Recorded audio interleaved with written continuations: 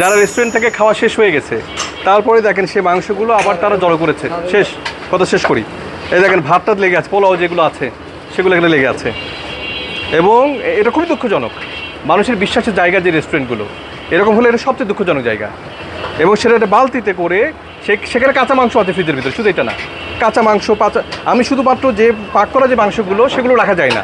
আপনাদেরকে নিয়ে নিরাপদ ফুডেও আমিও ছিলাম, নিরাপদ ফুডে এগুলো অনেকবার বলেছে যে কাঁচা মাংস আর পাক করা মাংস একসাথে রাখা যাবে না। সেটা রাখাটা বড় ধরনের অপরাধ, কারণ কার্সিনোসাইটিস তৈরি হয়ে যায়। এখানে জীবাণু জার্মগুলোকে এখানে করে, এখানে ইনফর্ম করে, এবং এগুলো তো শরীরের জন্য খুবই ক্ষতিকর। এগুলো মানুষের শরীরের জন্য অনেক রকমের ইয়েগুলো যে অসুখ বিসুখের সৃষ্টি করে, সেগুলো আপনাদেরকে অনেকভাবে বলা হয়েছে। ওদের কতগুলো টার্মিনোলজি আছে সেগুলো থেকে তারা বলেছে। এবং এইগুলো আমরা পাচ্ছি আপনার ফ্রিজের ভিতরে, আপনি রেখে দিচ্ছেন। আপনার এটা কী যুক্তি আছে? আচ্ছা, স্টাফি যদি খান সেটা কতটুকু খাবার যৌক্তিকতা? আপনি কাউকে না কাউকে তো খাওয়াচ্ছেন। তো এইটা খাবার একবার ব্যবহৃত হয়েছে যে খাবারগুলো, সেখান থেকে আপনি তুলে তুলে রেখে দিচ্ছেন, আর স্টাফের জন্য রেখে দিচ্ছেন কেন? আপনার যদি মনে হয় পরের দিনই তো আপনি তখনই রাতে আপনি এখানে বিভিন্ন ধরনের তৃণমূল পর্যায়ের মানুষ আছে তাদেরকে খাওয়া দিতেন, তাহলে আপনি কেন এখানে রাখছেন? এটা কি উদাহরণ বললেন আপনি? এটা আর কি যে যৌক্তিকতা দেখাচ্ছেন, এটা কি গ্রহণযোগ্য? এত বড় একটা আপনার বিরিয়ানি হাউস, আর আপনি এগুলো করে রেখে দিচ্ছেন। আমরা যখন এটা পাচ্ছি ফ্রিজে সংরক্ষিত করে রাখছেন, আর আপনি এই কথা বলছেন, সম্পূর্ণ আলাদা জিনিস বলছেন।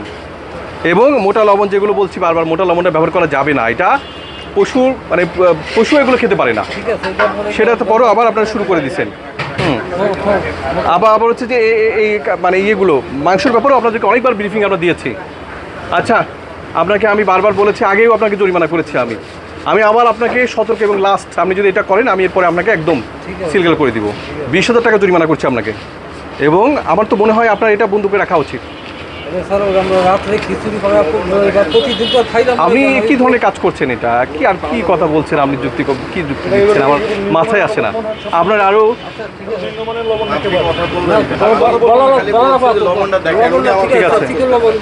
আর চিকন লবণ ব্যবহার করেন, লবণকে নিয়ে আমি কথা বলছি না। আপনার যেটা করছেন এটা দুটোই হতে পারে। আপনি মাছও ধুতে পারেন, আপনি ব্যবহার করতে পারেন, কিন্তু এই মাংসের আপনি কি জবাব দিবেন? আপনি ফ্রিজে রাখছেন, সংরক্ষিত করে রাখছেন, আপনার কাঁচা পাকা মাংস আছে, কি জবাব দিবেন? এগুলোর কোনো জবাব আমরা আছে? আপনি খাওয়ার জন্য রেখে দিচ্ছেন, খাওয়াচ্ছেন না। তাহলে ফ্রিজে রাখলেন কেন? নিজেরা ওইভাবে এই অদ্ভুত কথাগুলো না বলবেন না, কারণ এই মাংসগুলো আপনি রেখে দিচ্ছেন। এই মাংসগুলো আমি নিয়ে আসছি আপনার প্লাস্টিকের ভিতরেও, আপনি বড় প্লাস্টিকের ভিতরে। আমরা বলেছি যে এখানে আপনি করেন, আপনি প্লাস্টিক বাদ দিয়ে আপনি হচ্ছে যে স্টিলের এইগুলো জামগুলো ব্যবহার করেন। গরম যখন আপনি মাংসের টুকরাগুলো দিবেন, প্লাস্টিকের সাথে বিক্রিয়া করে, ক্যান্সার উদ্দীপক হিসেবে কাজ করে, এগুলো করা যাবে না। এগুলোতে আপনি সেগুলো করেছেন, আর জরিমানা করলাম 60, যদি প্রসিকিউশন লেখা শুরু করেন ওর বিরুদ্ধে। আর এইটা লাস্ট বারের মতো, নাহলে এবার আমি কিন্তু আপনার বিরুদ্ধে করে এটা সিল করে দিব। এটা আপনি আগেও এই ধরনের ইয়েগুলোকে আপনি শুদ্ধাননি, এবং আবাসিক এলাকার ভিতর করছেন, সেগুলো করারও একটা ঝামেলা আছে।